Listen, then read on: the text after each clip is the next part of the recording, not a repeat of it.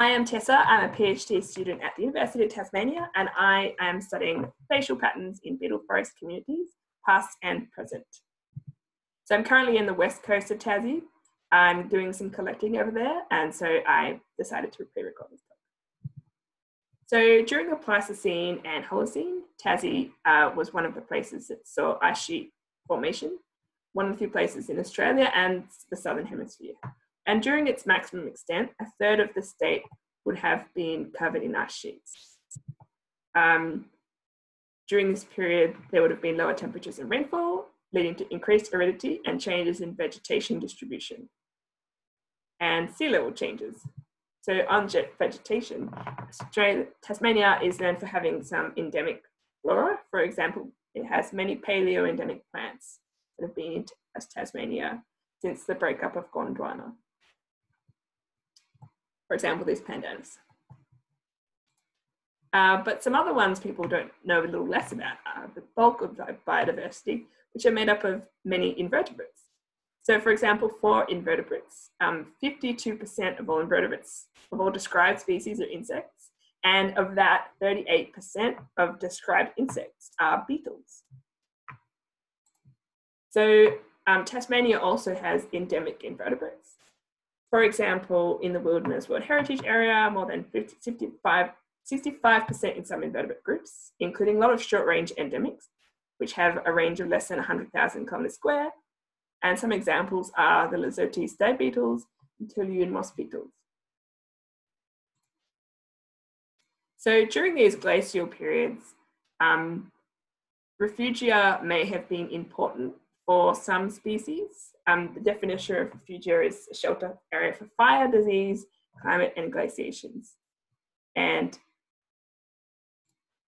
there is evidence for glacial refugia in some species, for example, in the northeast for skinks and stag beetles, the northwest for and coasts for rainforest species, and southwest for rainforest species and paleoendemic plants, as well as the southeast. So as a bit of the information, it's a bit different areas.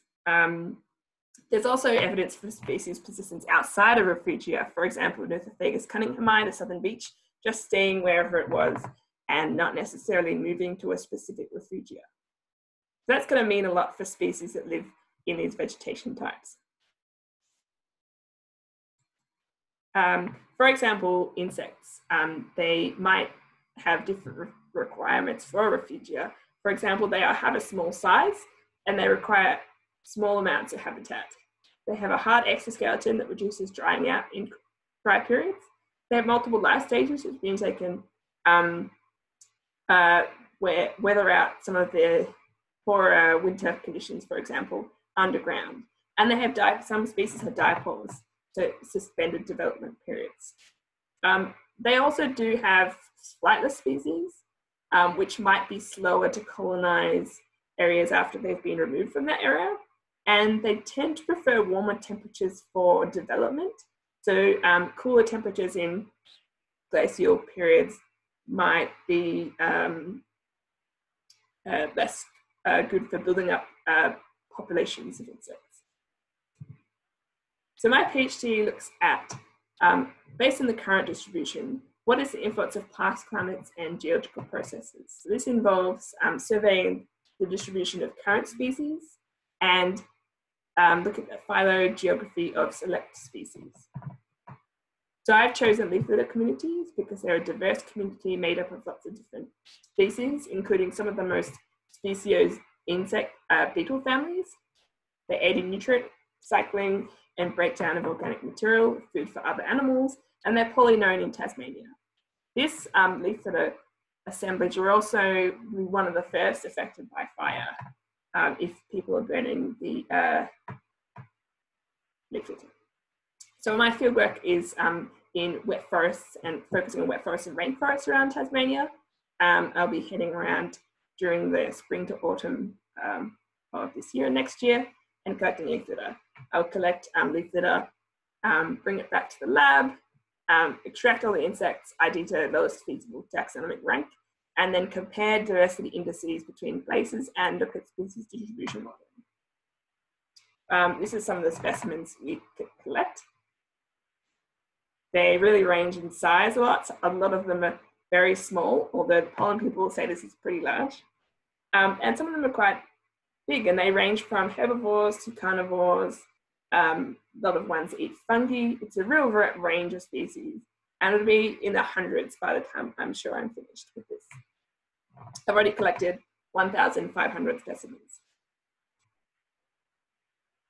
One fun fact for you is that one of these species of staphyline beetles, Typhus, is hosted on rats and mice. It lives by the mouse's butt, and it kind of feeds off their feces and dead skin and stuff.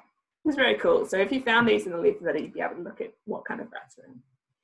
So the phylogeographic part of the project is looking at the historic processes influencing species present in modern populations. So I'll be doing this by investigating mitochondrial DNA within populations of select species.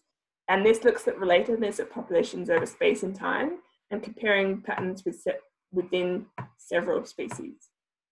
Now, you can check out my Visualize Your Thesis talk if you want any more information about this specific process.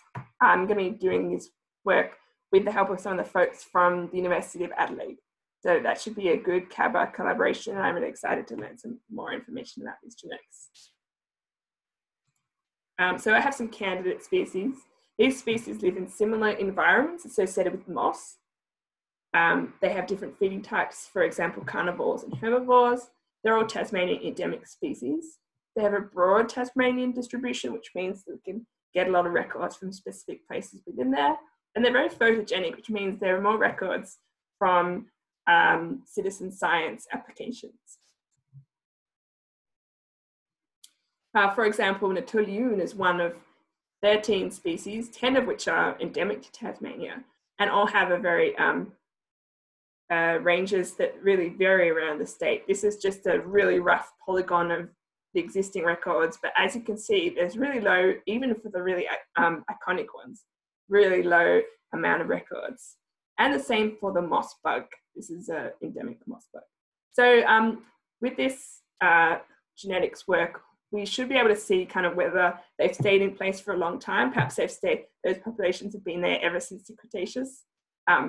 They might have expanded from within one refugia and kind of gone up to repopulate the rest of the range, or whether there's constant moving and mixing and lots of gene flow. So this will help answer the questions, what was the warm Australia like before humans? And how did Australia's biota survive in an ice age landscape? And this is a text not previously included in CABAH work, but I would also be interested in comparing the beetle data with existing pollen records and knowledge of cultural burning practices. So if anyone has any information on that, that'd be great. Thank you.